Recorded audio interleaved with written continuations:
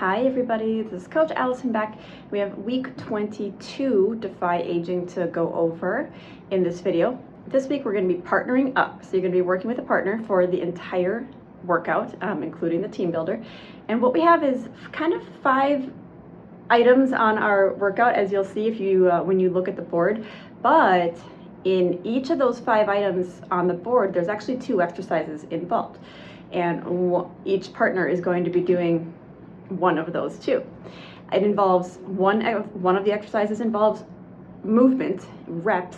The other one is an isometric, which is a holding still type of exercise, like a plank. So, while partner 1 is doing their reps, and the rep count is designated already, and it's going to be on the board. While they're doing their reps, partner 2 is doing the isometric for that same station. You're going to be working in your own space. We're not rotating around, so it's not actually stations, but this will make more sense when I do the demonstration.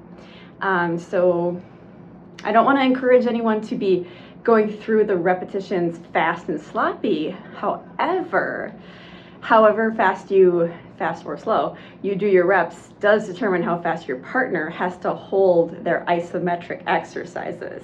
So you are kind of working together, however you're encouraging each other as well. So that's how we're going to run through this. We're going to set a 25-minute max, 25 minutes on the clock, and you just go through all the 5 items on the list as many times as you can. It's not a race, and then we do have a fun team builder at the end as well. But let's go through all of our exercises for the week. Okay, exercise 1, or I should say kind of like station 1, because every station is 2 exercises. Anyways, it's a reverse lunge for 10 on each leg, I believe. Might be 12 each leg, but check the template, it's over there. So you're counting your own reps, and your partner is doing a wall sit. So those are the 2. That's the reps and then the isometric. Okay. So if, for example, I'm partner 1, I'm going to do the lunges. You can choose to hold weights if you want. You can hold a kettlebell at your chest. You can hold a dumbbell in each hand. You can hold a medicine ball around at your chest. You can hold nothing. You can do body weight only. I'm going to leave that completely up to you. So we do lunges relatively often in Defy, here and there, I guess, maybe. But more commonly, I think we do the walking lunges, the forward walking lunges. Reverse lunges are a little more friendly on the knees, but there's also, I think, a little more room for them to be done in front. Anytime you do anything where you go backwards, I think there's a little more room for error, because you just can't really see what you're doing. You can see in front of you just fine. So anyway, quick review. We're going to take a big step back. Notice how I went up to my toe. I didn't put my heel down. And then bend both knees as much as you are, either strength-wise as much as you can, or balance-wise, or knee injury-wise, all those things, whatever you can do, as long as you're able. And then kind of come up and use that back leg, push off, and come forward. You're going to switch legs, big step back, bend, up and together. You're going to keep alternating legs for 10, this bothers me now. Okay, it is 10 on each side. For 10 each side, so you count 1, 1, 2, 2, 3. Couple things to keep in mind. Looking at me from the front, make sure when you go back, that back foot is straight forward and it doesn't cock out to the side like this. That puts a very wonky angle on your knee, throws hip, knee, and ankle all out of alignment. But when you do straighten that foot, that makes the balance a little more wobbly. So if you want to be near a wall or something to hold on to, it's totally fine. If you don't, the balance, don't worry about that. So hold on to something if you need to. We're not doing this. We're not like stepping back, but leaning forward. And another thing I see a lot of is incorrectly hinging at the hip. It's not a hip hinge at all. It's not a dead, so see how there's no hinging here. We see that a lot with lunges, and we want to work on correcting that. So we're not see how I'm straightening my front leg here inadvertently, and I'm sinking my hips back. We see this a lot. We're not doing that. Instead, think of 90-degree bends in both knees. So, a lot of things with lunges. Keep working on them. So, while I, being partner 1 and doing my 10 on each side of that, partner 2, my partner, is doing a wall sit. We've done these a lot in the last few weeks. I promise I'll ease back on them after this week. So I just need an isometric for the legs.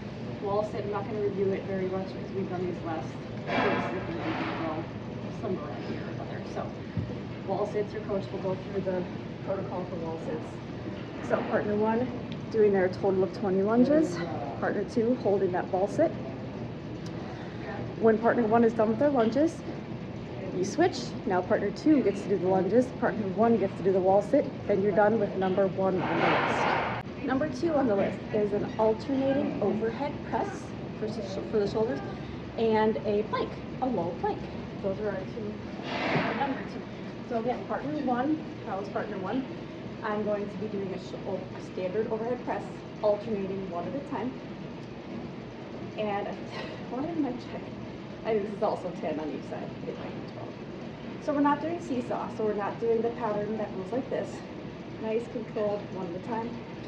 Make sure we're not leaning back. If that's happening, the weight's probably too heavy. That's one thing. But also, if that's happening, if you're trying a staggered stance, which is kind of like up on the toe of the back foot, this back foot is kind of helping to propel a little bit of your weight forward to avoid the urge to kind of want to do this. Okay. And the second exercise is a plank, standard low plank, meaning on your forearms as opposed to on the hands.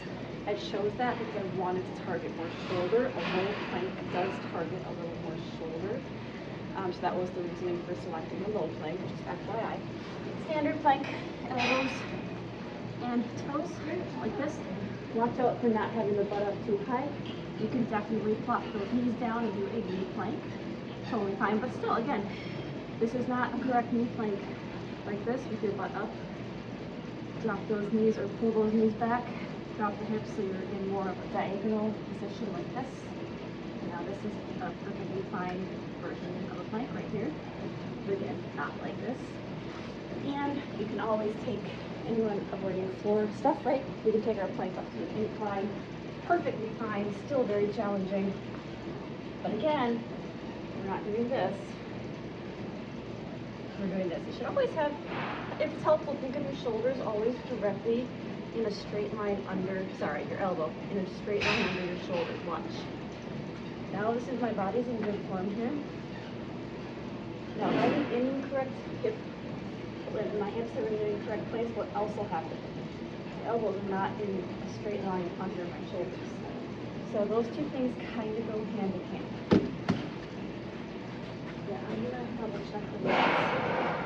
Yeah, I'm doing so bad at rep. The shoulder presses is also 10 on each side. So that's number 2 on the list. All right, number 3 on the list is dumbbell hammer curls. And the second part of it is a band isometric hold. So hammer curls. Lots of varieties of bicep curls. Hammer curl looks like this. All it means is we don't turn or change the hand position. So the palms are neutral grip, meaning the palms are turned in towards my body. So think of like fingernails facing your body. And we don't alter that at all. Okay? It's easy to accidentally with hammer curls to start to swing or like sway. It's easy to get a little sloppy with hammer curls. I want you to be wary of that. Keep your upper arms kind of really tight at your sides and just control your speed. That'll help to avoid any of that sloppiness. If you're needing to shrug up like this or kick your elbows out, that means the weight's a little too heavy for you. So go down to the weight lower. Okay, that's for 12 reps. The second part of number 3 here is, what do I say, band, what do they call it? Band, ISO, band hold. So your partner, while you're doing your hammer curls, partner 2, got a band. You're gonna come up and do like half of a bicep curl, maybe a tiny bit higher if you want more tension, but not all the way up. That's very important. Once you go all the way up, you kind of take there's no tension here. Okay, there's tension here, here, here, here. But once you get back up to the top, the tension's actually kind of gone again, and you're relying mostly on just kind of wedging it in there. So don't go all the way up to the top. You want to hold the elbows at about 90 degrees, or maybe a little higher, but that's it. So find that spot, lock the elbows in tight, I like to open my palms. That's my own preference, so that I'm not fatiguing my forearms at all by gripping, because you don't have to grip here, because we're just holding it. If we're doing full curls, you have to grip, because we don't want handle to fall at the bottom, but we're not doing full curls. We're just holding it here. So I like to open up my grip so I don't have to even worry about my arms, my hands and my grip and my forearms fatiguing. Okay, so this is what you're doing while your partner's doing the hammer curls. Elbows stay at your side. We're not drifting them back here. This also takes the tension off of the biceps. If your elbows drift back here, your biceps are doing nothing. Okay? So here to here, huge difference. Keep that in mind. If you can't see your hands in your peripheral vision, your elbows are back too far. Keep that in mind. And don't shrug. Don't get too tense when you're shrugging your shoulders. So that is your isometric for number 3 on the list. All right, single leg glute thrusts, and then isometric is an isometric glute bridge. Goodness me. Okay. All right, partner 1 doing the reps. We'll be doing a single leg glute thrust. So just pick one leg up wherever you want to hold it. So you can just pick it up. Side note, when you're doing a glute thrust, it's a lower body exercise, but turn your palms up like this. What that does is retract your shoulder blade and your shoulder in the right position, so that when you inevitably use some leverage here, watch my shoulders, it retracts your shoulders like this as you're using leverage, instead of this, which protracts them, and it's just reiterating good shoulder mechanics and posture. So just, side note, shoulder safety, turn your palms up, back to the point. Lift one leg up, and doing a single leg glute bridge, glute thrust. 12 on each leg, get as high as you can. Quick little half-second pause at the top, so we're not going too crazy fast and sloppy. You don't get anything from that, and it might actually throw off your lower back. So quick little pause at the top. 12 each side, boom, boom, boom. Partner 2, the second part of this hold of number 4 here, double leg bridge hold. So both legs, still with those palms up. You're going to do a bridge and hold it. So squeeze those glutes, those butt muscles, squeeze those hamstring muscles. I don't want you to overly use the heels, but I don't want you to overly use the toes. I want your feet completely flat, and I want even pressure over the feet. I want you to pretend like you're trying to dent the floor with your feet. I want you to, the whole time you're holding this while your partner is doing their single leg thingies, I want you to picture that you are pressing down into the floor so hard with your entire foot, that you're trying to dent the floor. Okay? So, those are those 2. Now, for anyone staying off the floor, don't worry, we've got you. Okay, that's going to do its thing. We're going to do a single leg deadlift instead of the single leg thrusts. They're trickier. You'll want to use something for balance. Your coach might have to work a little bit of one-on-one with you on this. Your coach might opt to allow you to maybe do 8 reps each side instead of 12, because they are single leg glute thrust takes 1 second per rep. A single leg deadlift maybe takes 3 to 4 seconds 2 to 3 seconds per rep. But real quick, I won't spend a ton of time on it for the video, but I think most of you know our standard deadlift. If I had dumbbells and a kettlebell, right? We do deadlifts a lot. We did them last week, right? The dumbbell. So all you do is that same thing, just with one leg off the floor. You don't even have to hold weights for this, because a single leg deadlift without weights is challenging enough. I'm going to use something for balance. I would encourage you to do that too. And again, this is if you are do not do our floor exercises for any reason, you have to stay off the floor. So, balance on whatever leg you're starting with, of course. Slight bend of the knee. All the cues are the same as our double leg deadlift. So watch me switch from a double. Watch this leg. Do a double leg. Watch that leg. it's doing the same thing. All that's different is I'm taking this other leg and stretching it back. So really, if you think of it that way, maybe it's not that complicated. But you need to stretch that other leg back, or the mechanics kind of get, if you try to keep this leg too close in, my back gets rounded, the mechanics get a little wonky. So that's how you do a single leg deadlift. That's going to be your alternative for that. For the isometric, if you're not doing the floor exercises for the isometric, instead of doing double leg glute bridge, we're going to do a isometric sumo squat. So I'll show you what that, oh sorry, I'm trying to adjust my thing and I grabbed the wrong lever. So the isometric sumo squat is exactly what it sounds like. I'm just going to start in a sumo stance like this, and then we come down, just like if you were doing regular sumo squats, like this. Okay. And we're just going to hold it though. I don't know why I did so many. I think it was a nice stretch on my legs.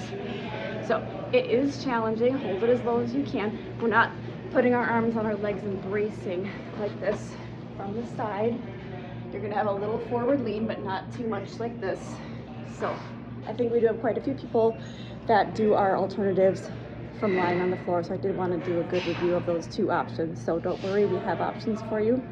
Single leg deadlift and sumo hold, as opposed to the single leg glute thrust and the glute bridge isometric. So we got you covered. And number 5 on our sheet is a 2-point row with an isometric bird dog. So I'll show you how that's going to work.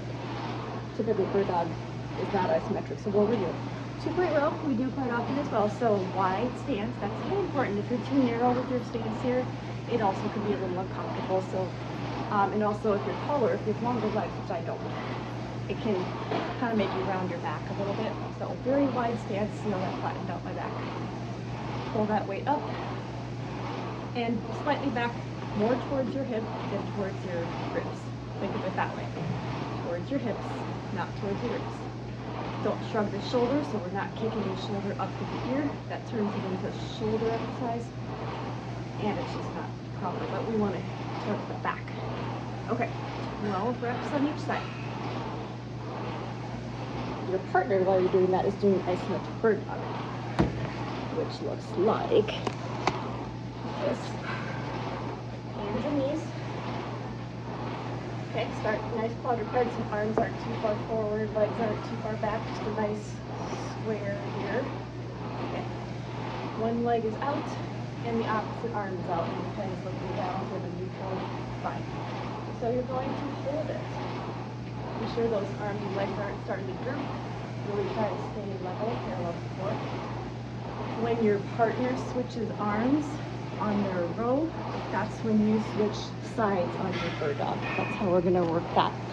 And remember, totally fine, totally great to use an incline for a bird dog option if needed. That will look like this. Soft bend in your knees, just very subtle, just so they're not locked out. And your bird dog will look like this. And then you'll switch sides again when your partner switches arms. Okay. All right, so that is number 5 on our list, and that's the last one. Okay, team builder time. Still with your partner for the team builder. It's gonna be I go, you go, jumping jacks. We've done this before. You can go do I go, you go with any sort of exercise.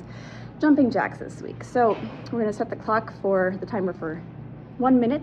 You're gonna face your partner, or at least make sure you can see one another. Pretty straightforward. We're gonna increase reps, however, with each partner swap. So there's 2 ways to do this. Sometimes you mirror, you do 1 and 1, 2, 2, 3, 3. This time we're gonna do 1, 2, 3, 4, 5, and increase the reps each time you change partners. So if you were my partner, I was starting, I do 1 jumping jack, you would do 2 while I rest and wait.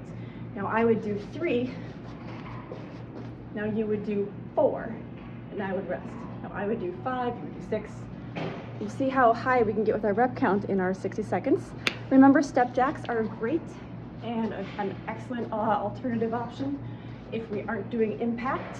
Just make sure you get a big step and you get the full arm swing with each rep. So it's not arms up one side, down other side, or up one direction, down other direction. Full up and down with each direction. That way we get really just as much movement as people doing the full jump. So we really get just as much benefit out of it. All we're taking out is the impact, which if needed for back or knees or ankles or any other restriction reason. So I go, you go, jumping jacks for 60 seconds. Okay, that is our partner up routine for the week. Hope people have a good time. By the way, if there is an odd number of participants, you can easily do this with like a little group cluster of 3 people. 2 people would just kind of be acting as one partner person. I don't know if I said that right. But it works just fine with like a little cluster of 3 people. So if you have an odd number of people in your session, totally fine. It still works. Still not getting out of it.